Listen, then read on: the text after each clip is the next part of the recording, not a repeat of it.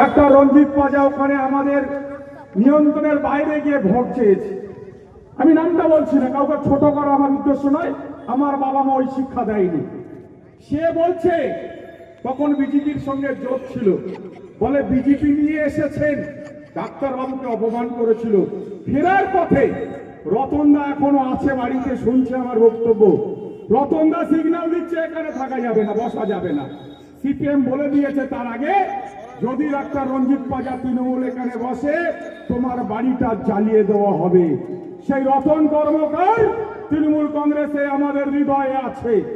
আমি অনুরোধ করবো জিয়াউলকে, আসাদুল ভাইদের, মিন্টু ভাইদেরকে, যারা এখন শহরা গ্রামের নেতৃত্ব দেয়, ওই ভাইদেরকে বলবো, রঞ্জিতদেরকে বলবো যে কর্মকার ওই রতনদার মতো লোকেদেরকে সম্মান দেওয়ার জন্য তারা কিছু চাইতে আসেনি।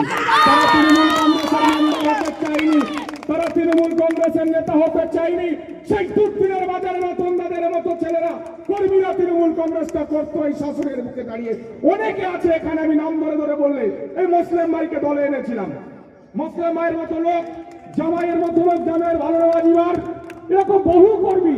আমি শাসনের এক পাতা থেকে আর এক পাতা বলতে পারি, আমি কাউকে ছোট করছি না। নবীন প্রবীণ তৃণমূলের কর্মীদেরকে নিয়ে দলটাকে চালাতে হবে। বক্তব্য রাখার অবকাশ নেই। সামনে 26-এর লড়াই। এখানে আমার সভাপতি আছে মনিরুল ইসলাম, মনি ভাই। মনি ভাইকে আপনাদের কাছে হাত ধরে বলবো, মনি ভাইয়ের নেতৃত্বের সামনে সিপিএম বিজেপি আইএসএফকে জামানত জব্দ করে দেবো, জামানত জব্দ করে দেবো বিজেপি সিপিএম আইএসএফকে। মনি ভাইয়ের নেতৃত্বে লড়াইটা চলবে, মনোরঞ্জিতের নেতৃত্বে লড়াইটা চলবে। বসো, আমাদের মিঠু আছে, সুন্দর বক্তব্য রাখে। প্রদীপদা আছে, আমাদের সহসভাপতি ওই ভাই আছে, তরি আছে, জিয়াউল আছে, শফিকুল ভাই থেকে শুরু করে, আসাদুল থেকে শুরু করে, জাউল থেকে শুরু করে, ওয়াব ভাই থেকে শুরু করে, মিন্টু থেকে শুরু করে, আমাদের হালিমা থেকে, মিজানুল মুন্না থেকে, রমজান থেকে, কার নাম বলবো, কার মুস্তাক ভাই থেকে শুরু করে সবাই আছে। এ টু জেড তৃণমূলের ধরাবাদ আমার শেখা আছে, কেউ শেখাবেন না।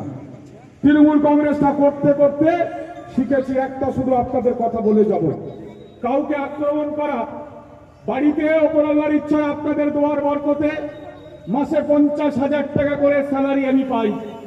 আমার বৃদ্ধ বাবা মা, আমার 2-3টে সন্তান আছে, আমার সংসারটা ভালোভাবে চলে যায়।